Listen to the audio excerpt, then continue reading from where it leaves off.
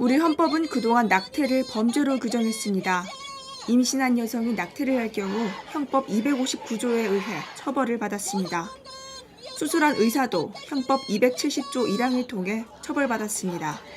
이 같은 법은 원치 않은 임신을 한 여성들에게 출산을 강제하는 결과를 낳았습니다. 이에 낙태죄 폐지를 요구하는 여성들은 국가가 여성의 몸을 인구관리의 수단으로 취급하며 통제하고 있다며 낙태가 죄라면 범인은 국가라는 슬로건을 통해 낙태죄 폐지 운동을 지속해왔습니다. 헌재 앞에서 판결 결과를 전해들은 모두를 위한 낙태죄 폐지 공동행동은 입장문을 통해 함께 싸운 모든 이들이 이루어낸 역사적 승리라고 밝혔습니다. 헌재는 어제 자기낙태죄는 헌법 불합치, 동의낙태죄는 완전 위헌이라는 판정을 내렸습니다. 판결의 주된 취지는 여성이 자기결정권을 보장받아야 한다는 것입니다. 헌법 불합치는 사실상 위헌 판정이지만 대체 입법이 될 때까지는 현행법이 유지됩니다. 국회는 내년 12월 31일까지 법을 개정해야 합니다. 대체 입법을 어떤 형태로 만들지 공은 이제 국회로 넘어갔습니다. 그래서 오늘 낙태죄 헌법 불합치 결정으로 임신 중단과 관련해서 각 당의 구체적인 입법 방향에 대해 알아보겠습니다. 더불어민주당 오선희 전국청년위원회 홍보위원장을 전화로 연결했습니다. 네, 안녕하세요. 오 위원장님, 미디어네일의 김민경 기자입니다. 네, 네, 안녕하세요. 네, 네. 안녕하세요. 어제 낙태죄 헌법 불합치 판결이 나왔습니다. 이 판결에 대해 민주당 전청위는 어떻게 생각하나요? 아직까지 저희 정숙련의 어떤 공식적인 입장은 좀 나온 거는 없고요. 네. 네. 근데 대부분이 인제 굉장히 찬성을 하는 입장입니다. 향후 임신 중단과 관련해서 구체적인 입법 방향에 대해 많은 분들이 궁금해 하시는데요. 민주당 전청위의 입장이 궁금합니다. 음 아까 좀 전에 말씀하셨듯이 저희 민주당 전청위에서는 아직까지는 지금 이거에 대해 많은 논의를 하고 있는 상황이고요. 네, 공식적인 논평은 아마 추후에 좀 나올 예정이고요. 네, 네.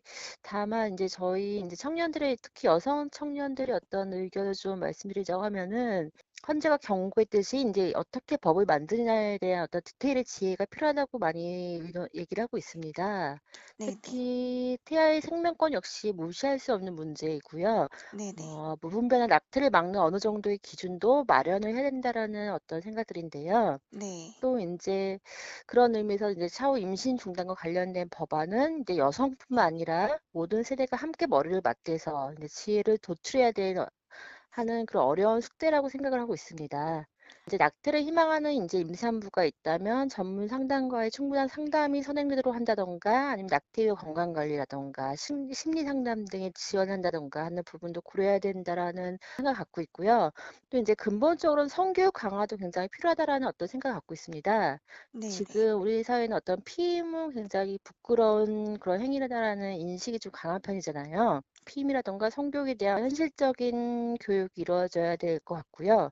네, 또 네, 한편으로는 이제 어린 시절부터 생명 존중에 대한 인식 확립도 좀 더 네, 네. 일찌감치 시작이 되어야 되지 않을까라는 그런 의견들을 저희는 좀 모으고 있습니다.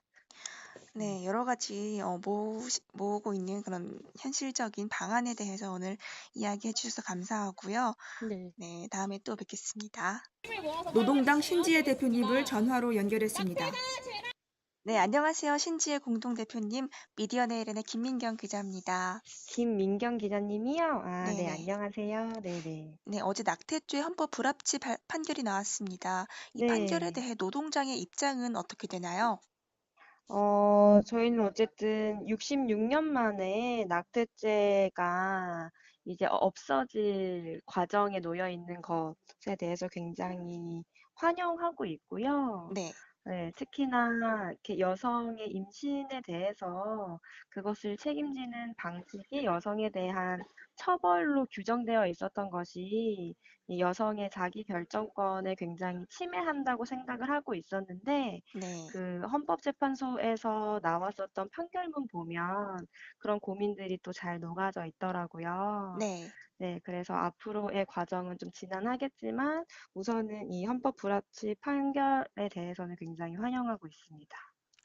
네, 향후 네, 임신 중단과 관련해서 네, 구체적인 입법 방향에 대해서도 또 많은 여성분들이 궁금해 하시는데요. 네, 이것에 대한 네. 노동장의 입장은 어떻게 되나요? 저희는 기존에 있었던 이 낙태죄나 혹은 모자보건법에서도 제한적인 임신 중절이 가능했었잖아요. 네, 여기에 있어서의 가장 큰 문제가 네, 어떤 선별하는 과정을 통해서 낙인을 찍는 것이 네, 굉장히 문제라고 생각을 했었고, 그래서 네, 이런 방식이 이 성적 불평등을 계속 유지시켜 오는 방식으로 좀 악용되었다고 판단하는 측면이 있어요. 네, 네, 그랬을 때 앞으로 이 모자보건법에 대한 이렇게 아주 전면적인 개정이 조금 필요하다고 생각을 하고 있고요. 네, 네, 우선은 이 낙태죄 관련해서는 폐지가 된다면 네, 이 지금 많은 정당들에서도 그러면 어떤 범위까지 허용할 네, 거냐라는 네, 논의로 좀 가고 있는데 네, 저희가 좀 생각하기에는 이 여성의 임신 중지에 대한 결정이 네, 좀 네, 임신 전 기간 동안 좀 어떻게 보장될 수 있을지에 네, 대한 고민이 좀 필요하다고 생각하고요. 네, 가장 중요한 것은 안전한 임신 중지가 되기 위해서 네, 임신 중지 네, 전후의 네, 건강에 가장 많은 좀 초점이 맞춰져야 되지 않을까 이렇게 생각을 하고 있고요. 네, 네, 가장 먼저 시도해 볼 수 있는 것은 그 다른 해외에서도 하고 있는 임신 중지 약물을 네, 네, 허용하는 것이라고 생각을 하고 있고, 임신 중지와 관련한 좀 상담을 네. 좀 여러 의료기관과 좀 할 수 있도록 체계를 좀 먼저 만드는 것이 좀 시급하다고 생각하고 있습니다. 노동장의 입장을 말해주신 신지혜 대표님, 오늘 통화 네. 감사합니다. 네, 고맙습니다. 네. 손솔 민중당 인권위원회 위원장을 전화로 연결했습니다. 안녕하세요. 손솔위원장님, 미디어네일의 김민경 기자입니다. 어제 낙태죄 헌법 불합치 판결이 나왔습니다. 이 판결에 대해 민중당 인권위원회 입장은 어떻게 되나요? 민중당 인권위원회는 환영 입장이고요. 앞으로 이제 헌재가 입법의 역할을 넘겼기 때문에 국회와 정치의 역할이 중요하다고 보고 있습니다. 네, 향후 임신 중단과 관련해서 구체적인 입법 방향에 대해서 많은 여성분들이 궁금해하십니다. 민중당 인권위원회 입장이 궁금합니다. 입법이 가장 중요할 텐데요. 어, 전면적인 임신 중지가 비범죄화되는 방향으로 가야 합니다. 네, 가장 네, 중요한 거는 모자보건법의 개정일 텐데요. 모자보건법에서 단순히 기한을 어떻게 한다거나 어떤 사유를 추가한다는 수준의 논의를 넘어서 모자보건법에 대한 전면적인 재검토가 되는 방향이 돼야 될 것이라고 네, 보고 있습니다. 그 모자보건법이 낙태죄가 원칙적으로 금지이고 일부 허용하는 사례를 넣어뒀는데 이것 자체가 이번 결정으로 아예 틀이 바뀌어야 되는 상황인 거거든요. 네, 네, 그래서 낙태, 임신 중단이 전면적으로 허용되는 방향의 구조를 새로 만들기 위해서는 모자보건법이 전면적으로 검토가 되어야 된다고 생각하고 있고요. 네, 네, 여성의 건강권을 보장하기 위해서 안전한 임신 중단을 위한 의료 체계를 마련해야 되는 것이 또 필수적인 과제입니다. 네, 네. 약을 통한 임신 중지가 가능할 수 있게 하는 것과 임신 중단 비용을 건강보험에서 적용할 수 있는 방안을 검토해 보려고 하고 있습니다. 네, 여러 가지의 여성을 위한 민중당 인권위원회의 입장 잘 들었습니다. 네, 손솔 대표님 감사합니다. 미래당 김소희 대표님을 전화로 연결했습니다.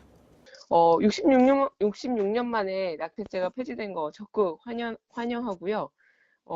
낙태를 줄이는 방법이 낙태죄가 아니라 여성의 인권을 지켜나가는 방향으로 가야 된다고 생각합니다. 그래서 굉장히 환영하고 사실 이렇게 여성의 그 자기 결정권이 이제 선택될 수 있었다는 게 저희는 굉장히 환영하는 입장입니다. 구체적으로 아직 논의는 해봐야 되지만 우선 이제 개인적으로 당의 입장은 정해진 건 없고요. 개인적 생각은 좀 선진국에서 뭐 이렇게 12주로 이렇게 제한하고 있고 우리나라도 전에 같은 경우는 이제 24주 지금 24주로 알고 있는데 이렇게 제한되어 있는 걸로 알고 있어요.